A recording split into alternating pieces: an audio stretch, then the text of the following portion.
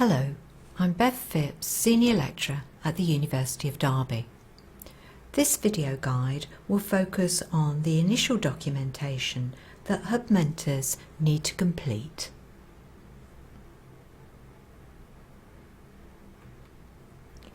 At the start of each Hub, the mentor needs to complete the following documentation: the Professional Conduct and Behaviour Contract, the orientation to the Hub environment, and a personal development plan for that student.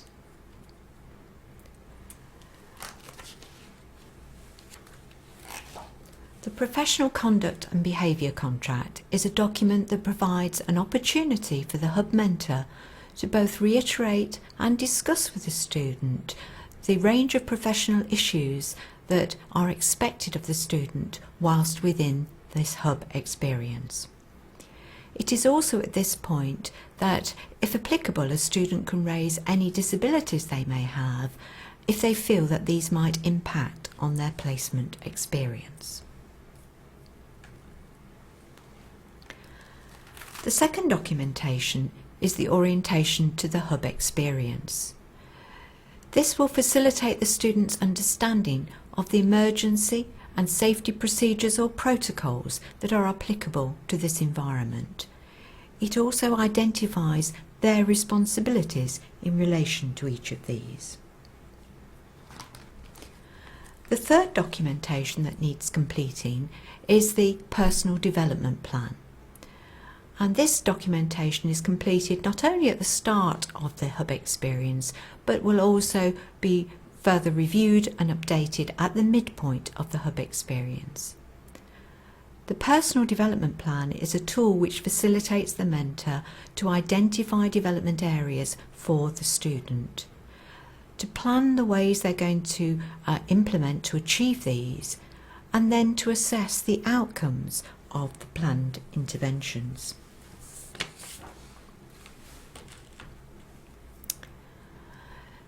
This is an example of the Personal Development Plan that needs to be completed, and we can see the 3 columns identified where the specific area for development for the student is clear, the action to be taken to achieve or maintain improvement is identified, and how that achievement will be demonstrated using the evidence codes that are identified at the start of the ongoing achievement record, together with the dates specified where this plan of activity will be reviewed.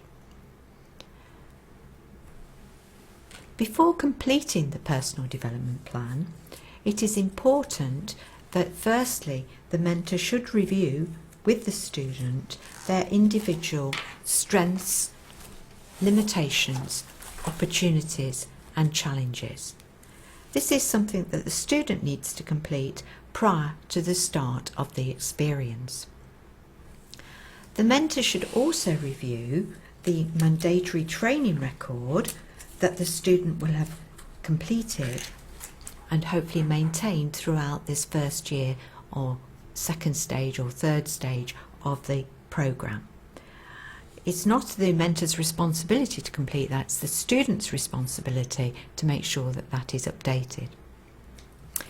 In addition, it would be important that the mentor identifies the level of training of the student and the implications that that may bring, alongside any previous experiences that student has had, which may then influence the actual outcome of this particular experience.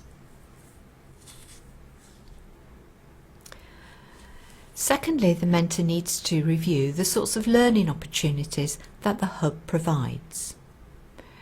They also need to consider what learning potential is present in the actual planned spoke and simulation placements that will occur during this Hub experience. And in addition to these, to consider what sort of insight visits might be relevant and will complement learning throughout this stage. It is advised the mentor that they should use the numerical or alpha codes for the progression criteria to identify the development needs of the student. We can see on this completed form here that under each of the NMC's 4 domains, there is identified a range of values that could be identified for development for this student. These numerical values are specific areas for development. So under the domain of professional values, we see identified here 1.1, 1.3 and 1.9. Likewise, for both the progression criteria and for the essential skills clusters, there are additional materials identified. Having identified areas for development, it's important then that the mentor quantifies the action that will be taken in order for those areas of development to be addressed.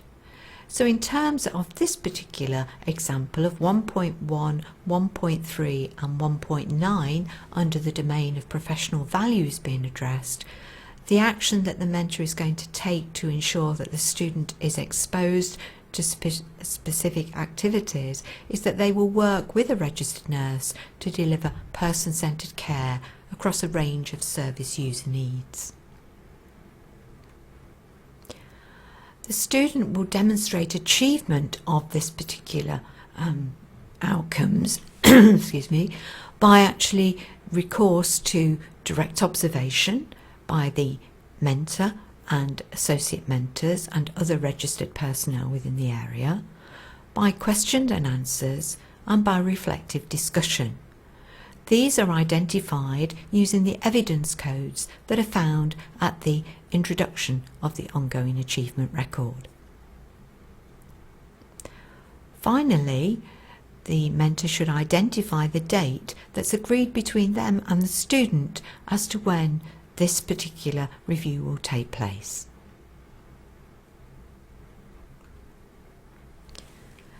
Thank you for watching this video clip, which we hope you will find useful.